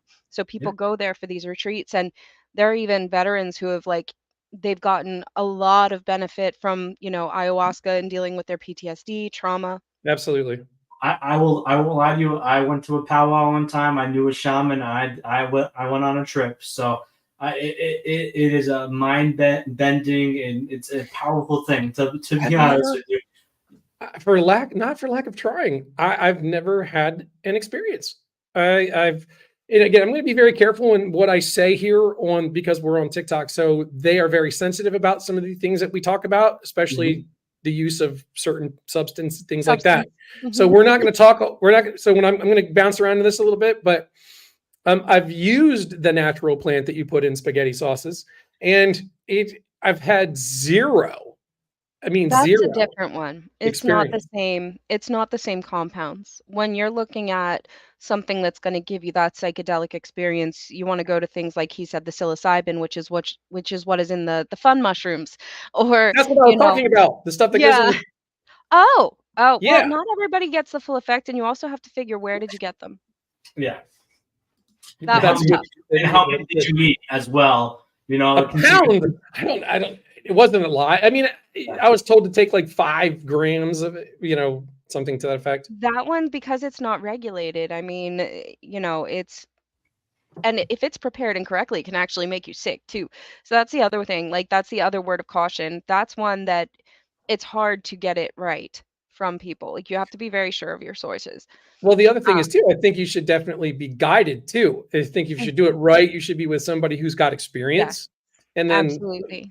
just be guided through that, because that could go downhill very quickly. Unfortunately for From what me, I've I heard. am allergic to those fun mushrooms. I'm allergic to all mushrooms. So, but I have done ketamine therapy, and ketamine has certain similar effects on the brain. I've done the low dose through joyous, but there are also the ones where they do the intravenous or the nasal, and it has a similar effect. And that's actually available in the United States through prescription. You can Yeah. go to clinics to get those treatments if you want something similar without having to worry about the legality of said thing Yeah. to make you have that experience. So wait, you're telling me that you can go and get a prescription for a psychedelic experience? Is that what you just Well, told me? there are ketamine clinics where they do like it's an intravenous. You're in a clinic. They actually have music and ambiance. And they infuse it, or they also have things like Mind Bloom, which is done through nasal sprays. They also have guided meditations for when you do that. And then there's also the low dose oral, which is what I did. It's a small amount every day. It's almost like microdosing things like the 3-letter psychedelic or the fun mushrooms. But yes, ketamine is something that can be available by prescription and has been starting to be used for those purposes again. They stopped a Mhm. lot of that back in the 60s and 70s, culture war, fun things. But they're starting to look into those things again, and ketamine has a very similar effect to those other things. Comment just came in, said anything to not face reality. Stuff like that, you can lose your Second Amendment right to get a prescription. So that's another thing. They've kind of set it up that if you will not be able to carry a firearm, concealed or otherwise, if you get those types of prescriptions. So if you're Well, going they're to be talking very about something like careful. a med card, correct? Yeah, it's kind of the same principle. Yeah, If you're you not get a allowed to med drive card, with you that can't. either, but most people don't realize. You're not allowed to drive if you have your medical card. Okay, so that I can tell you that I know people who do have their medical cards, and I do know that they are still able to drive. So I don't They know that that's. drive, but they're not legally allowed to. And I my don't know. friend was actually told she couldn't go to her appointments with courts driving herself because she could be arrested because they don't know when she is and isn't under the influence. Okay. I think it's Hey, Sadie, yeah. good to see you. You guys keep talking. I'm just doing the TikTok thing. Oh, no, What were you going to say, James? No, I think it's state dependent because here in Rhode Island, Massachusetts, that's I don't think that's part of the common law. But there's one show that I actually wanted to, when we're talking about psychoactive drugs, is the show Evil. The first 2 seasons are phenomenal. I think after that it's a turd. But the first 2 seasons of Evil, which is the basis of a seminarian, a tech guy who's a skeptic, and a psychologist investigating cases, and the seminarian actually uses a psychoactive substance to get closer to God, and speak to God, and goes and gets his visions. So it's very interesting. There are a lot of people who say that because, it does make that oneness more apparent for everyone. It does make you closer to the source of whatever you consider divinity, and Yeah. I think that that's really cool. I've Yeah. always thought that was really cool. And unless you have a bad reaction to it, it really does make you calm and more open. And like Even for after somebody, coming out, you have yeah, more somebody grateful like outlook. me, like naturally. And I don't really do any substances anymore, to be honest with you. I've of course used them in the past too, because I wanted to understand natural substance. But at the end of the day, is like somebody that's like myself, that's very very active minded. I can't really meditate and do Me things like either. so. Like doing that, really put me in a state of a form of being able to meditate and Exactly. come to myself. So That's it's very interesting. That's the experience that I'm after. I need to have that experience, that out of that could, because it connects you with yourself on another plane. So let's talk about that for 1 second, because I think that's an interesting subject matter when it as it pertains to it's like having a psychedelic experience. You're talking about leaving this level of consciousness and entering another plane of existence. Well, then that means that you're accepting the fact that there's more than one realm that we exist in. Yeah. Right. You kind of go into astral state. I like to say it's an astral state when you go into that. That's the most apt that I could think of as well. Yeah.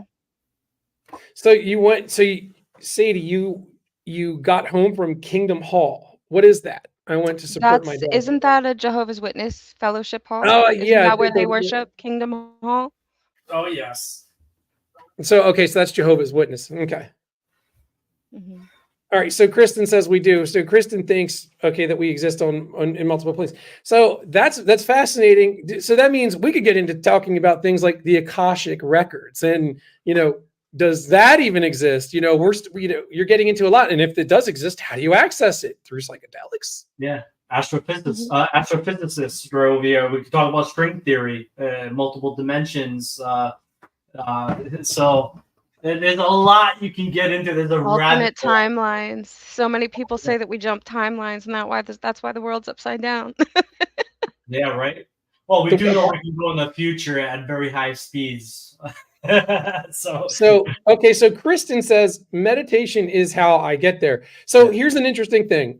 Just before the show, Ash got on and her and I were talking briefly, and I had told her that I was meditating. I was literally meditating before I got into the show.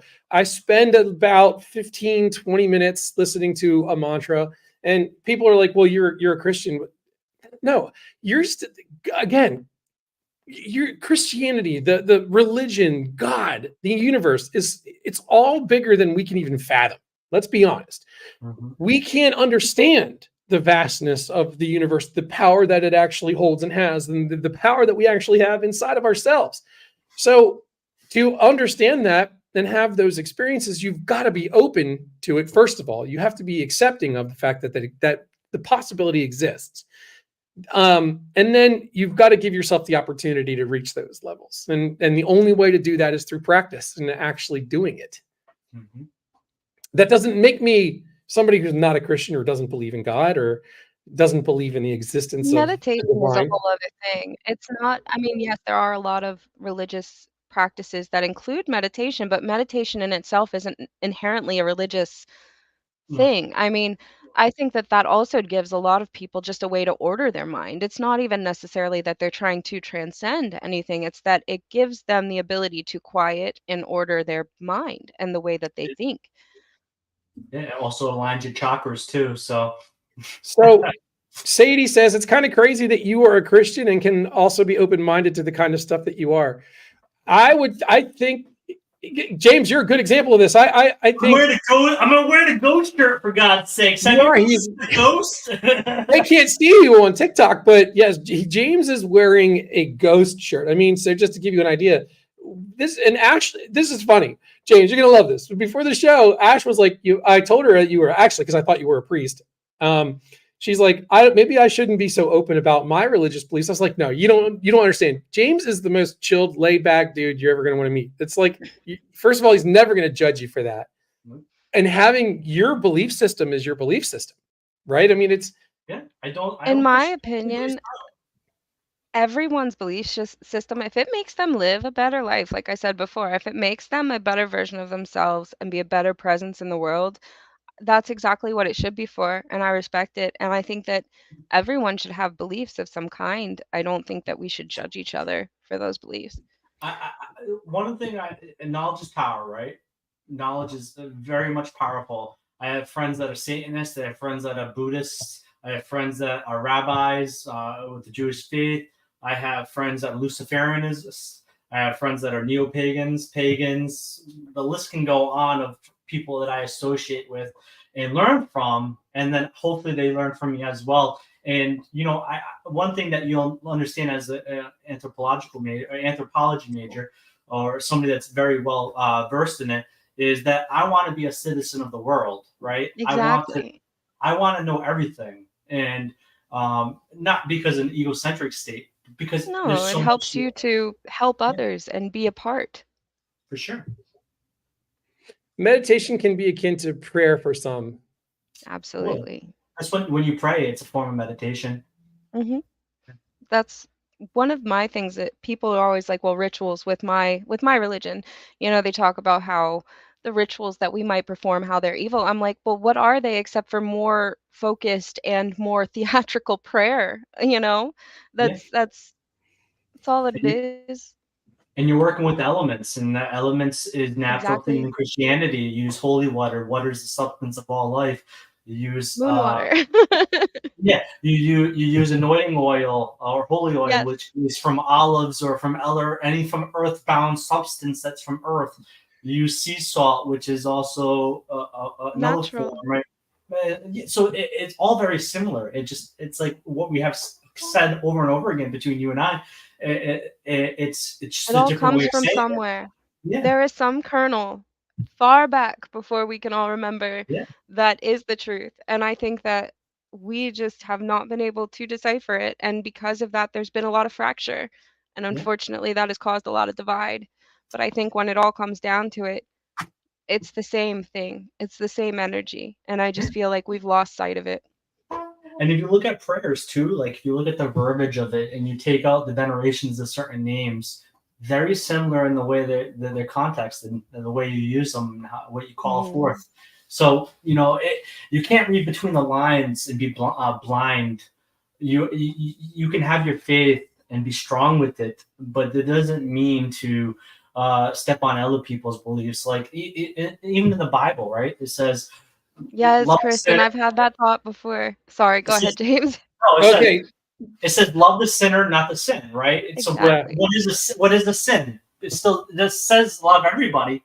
So just love people. Don't be judgmental and move on with your life and do good for people. Don't focus on what other people are doing unless it's bad. And then that's why we have the judicial system, which has been granted by a higher power for us to have by our own free will and through judgment. Right? So, Kristen, this as a Christian, I'm not sure how I feel about this comment, and I'll read it for you guys on TikTok. Communion is kind of witchcraftish when you think about it and break it down, but we still partake in it as Christians. I don't think it's witchcraftish.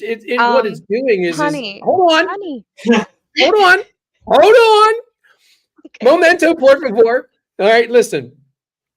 All we are doing is commemorating what Christ did at the Last Supper, right? He is the bread of life. Yeah. It's a Yes. commemoration. It's do this in remembrance of me. It's not witchcraft. But you're doing it in a very stylized way, using many props. And you're saying that this wine is transmuted into the blood of Christ. This wafer is being transmuted into the flesh of Christ. And you also have to think about the origins of Catholicism and when that religion was created. I mean, it was created back in Rome when they were trying to convert everyone to Christianity. They had to find a way to bridge the paganism and the Christianity. That's why so many of the holidays align, and that's why so many of the practices were taken from pre-Christian pagan Yeah. religions. Appreciate Well, all the likes, guys. Thank you. We're Yeah. well over 5.4K. The term Catholic originates from the apostles, because Catholic, is the English word of universal, which is a Greek word. But yeah, no, I 100% agree and even if you look at early Judaic rituals like a Holocaust, which is sacrificing a goat and then burning it, very paganistic in how you look at that as well with sacrifice and giving back to God. And the Holocaust was given to God. The Jews do believe in the same Christian God, just don't believe in Jesus as the prophet. So, or the son as the son of God, but as the prophet. So, a lot of the early Christian rituals or even Jewish rituals formulate from Well, a and then pagan when subject. you're looking at early Jewish, you have to think about the fact that they were also Judaism, it was Canaanites, Yeah. so like it's all coming from older Yeah. things. And that's why I'm saying like there is that truth somewhere and there are so many similarities. But I do feel like, you know, I'm not saying that Catholicism participates in witchcraft, absolutely no. But I'm saying that the similarities are there. And that is one of the main reasons that there are those similarities when you look at Catholicism. I'm sorry, Yeah. religious anthropology is the thing that I'm planning on majoring in, and Yeah. I do a lot of looking Yeah. into like the histories behind, and And that's why there are so many yeah. stylized elements to Catholicism because they were trying to win over those Yeah. pagan So, citizens. a comment here on TikTok. Freya is a good Norse god, in my honest opinion. I don't know anything about Norse gods. I don't know who Freya Goddess. is. Goddess? Yeah. Yes. Okay.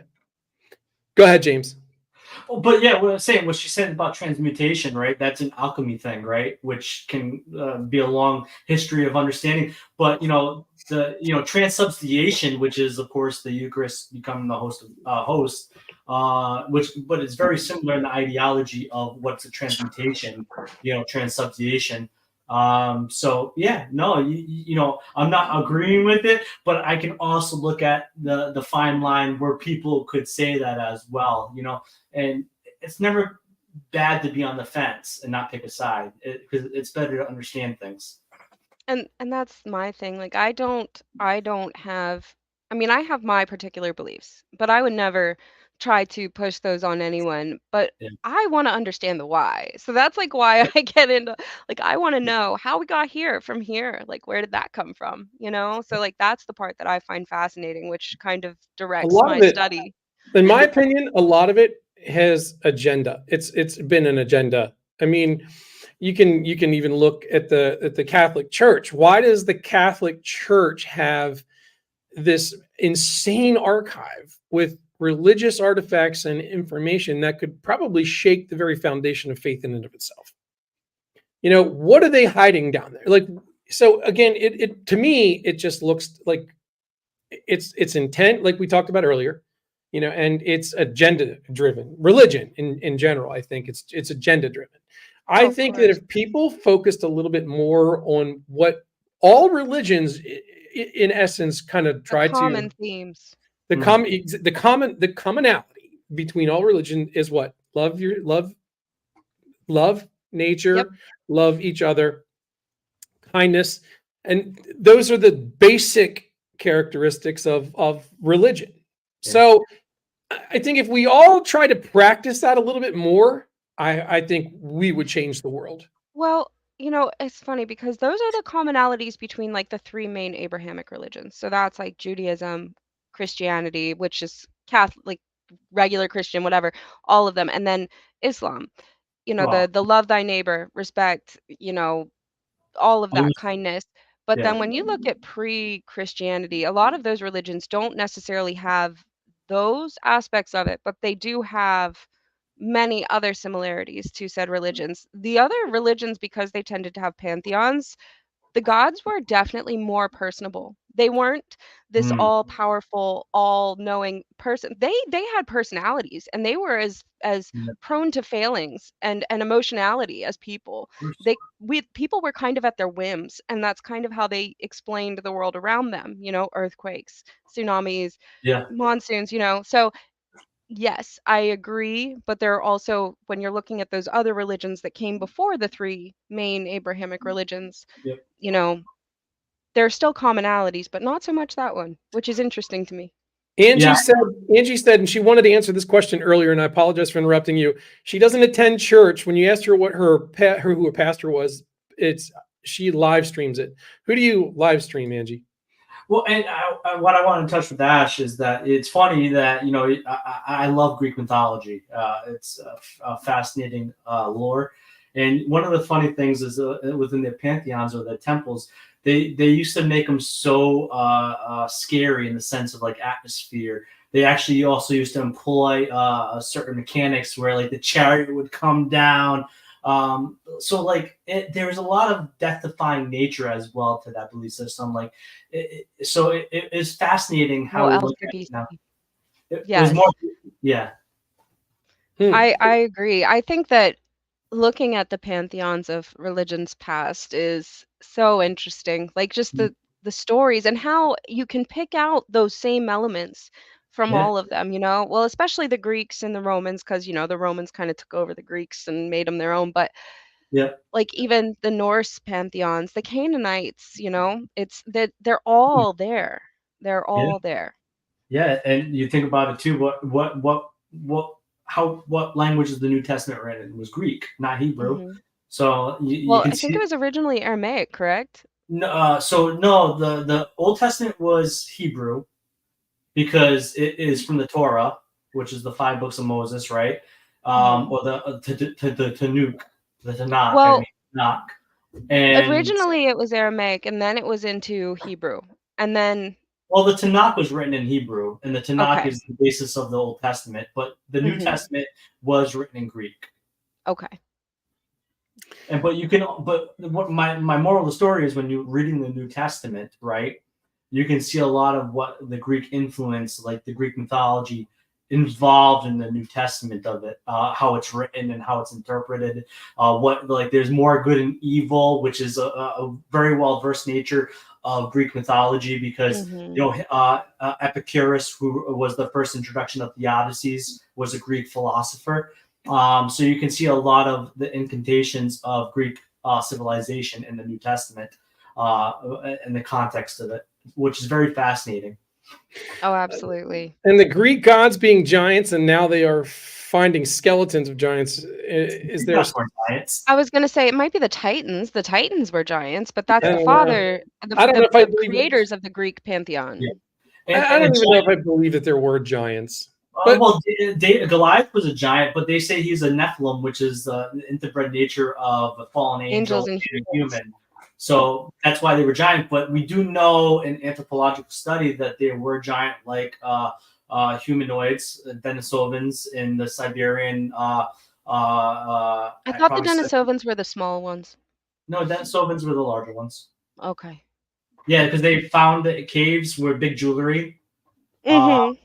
But they were found in like Siberia and the Russian Peninsula and all that stuff. So, but yeah, there have been accounts, and we have found tall skeleton remains. But the other thing that we need to think about is, anthropologically speaking, there are still probably so many humanoids that we have not found. I mean, they even just recently found the Cave of Bones. They did that Unknown special on Netflix, and that's on I cannot remember the name of them, but they were humanoids, and they buried their dead before we did as Homo sapiens. Oh, I know exactly what you're talking about. They went up this very narrow corridor and then down they found that all the shaft. cave markings. Yeah, Yeah, and that would predate Homo sapiens. Yeah.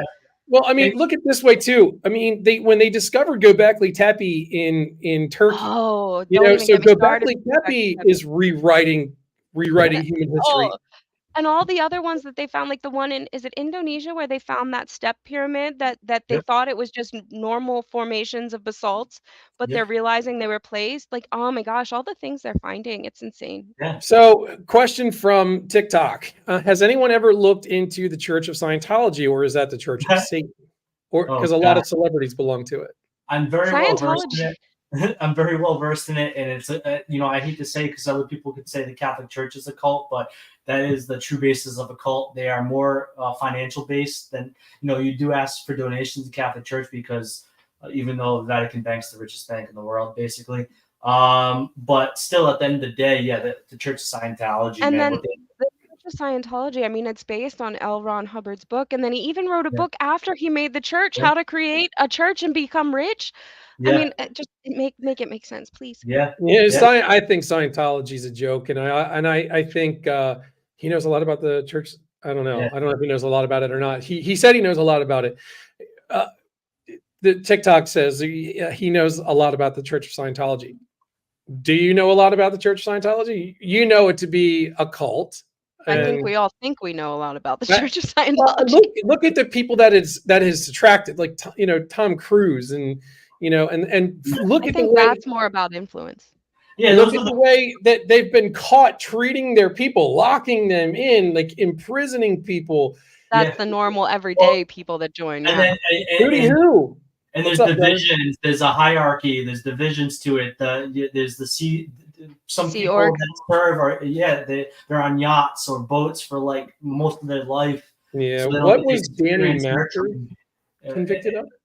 I think that it draws celebrities because they have so much influence, and I don't know how they've gathered that influence, but they have it.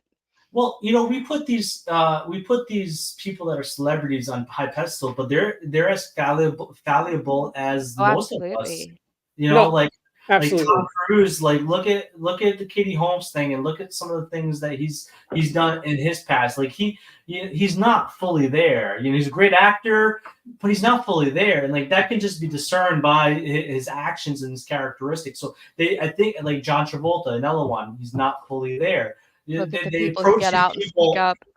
Yeah, they approach these people that had traumatic childhoods, which if you research like Tom Cruise and John Travolta, their life wasn't the greatest from the get-go. Some of these people were very poor before they found success, right? Went through a lot of struggles. And a lot of those people that are in the church are those people that faced a lot And of struggles. they offer help. They offer resolution to all of that. Yeah. So I mean it's Well, an intoxicating offer, but you know, I've seen a lot of celebrities coming out on like the YT and FB talking about.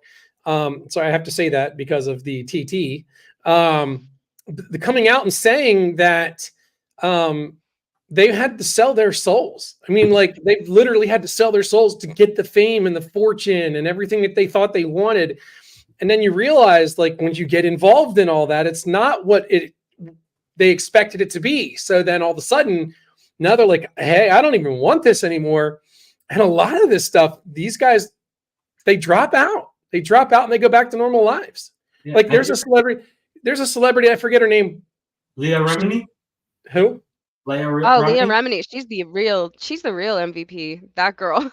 No, who is it? Because I was going somebody who lives in an RV now. Scientology, and she's made that whole. Well, Leah Remini made that whole expose on Scientology. She still does it. Like she got out of there, and she's like, nope. Ballet? Who likes ballet? Yeah, no. If you haven't seen her documentary I'll be right back, yet, guys. Yeah, if you haven't seen her show or documentary yet, Leah Remini's, you have to watch it. It'll give you a deep dive into Scientology, and she was, it's brutal. It really is. But no, you have to watch her show. I'll take a look at that. I definitely. She saves people too. She saves people that are trying to get it out, because if you leave this church of Scientology, your family has nothing to do with you afterwards, right? You're disowned. So like she helps people get back on their feet that have been a part of it for so long. It's like what she does is magical to society. Well, you know? That's good. That is a good thing that people are stepping up, you know, and kind of trying to correct the wrongs. But look, man, I appreciate you taking the time today and coming on here, man. We've been going almost 2 hours. Thank you to everybody who has been hanging out here on TikTok too. I appreciate you guys. I didn't go live on TikTok when I started this live. I should have, but for those of you that have been hanging out, I appreciate you. We were talking about some really cool stuff. We'll do this again, TikTok, next week, Sunday at 8:30 p.m. I'll put this on while we're doing my other podcast. I appreciate you, James. Stick around for 1 second. And I don't know what happened to Ash, but she dropped out here. But she'll be right back. Okay, there she is. I'm back. So sorry. We're gonna wrap it up anyway. Ash, stick around. Thanks for coming on. We appreciate you and James for just last minute jumping in here and your expertise. Sincerely appreciate it. We will be live again next week, Sunday at 8:30 p.m. here on the podcast. I go live Mondays, Wednesdays, and Fridays over here on TikTok. You guys want to join me? It's 8:30 p.m. Eastern Standard Time. I'd love to see you guys there. And if you guys take a quick notice up here on my board behind me, these are the names, and we're very new here on TikTok. Been doing my podcast for a lot longer, but if you see the names burned up in the board here behind me, those are people that come out and they show up and they support me, and they show up 2 or 3 times a week. They're huge gifters and all that other stuff. You guys will get your name burned into the Hizzy's Wall of Fame back here and be entered for a chance to win a pair of Beats headphones or Apple AirPod Pros for showing up and supporting me. That's my gift to you for doing that. So keep showing up. Bottom, I've seen you showing up here. Your name's very close to being burned into the Hizzy's Wall of Fame. So I do appreciate that you keep showing up. And for those of you that subscribe, if you subscribe to me on TikTok, you automatically get your name up on that board and you're automatically entered. So subscription is the little yellow star down there on the left-hand side of your phone. You can do that. And we appreciate you guys. Thank you all so much for being here. Hang out in the back room for 1 second, and we'll catch you guys next week. Thank you all for being here. Thanks for having me, Dustin.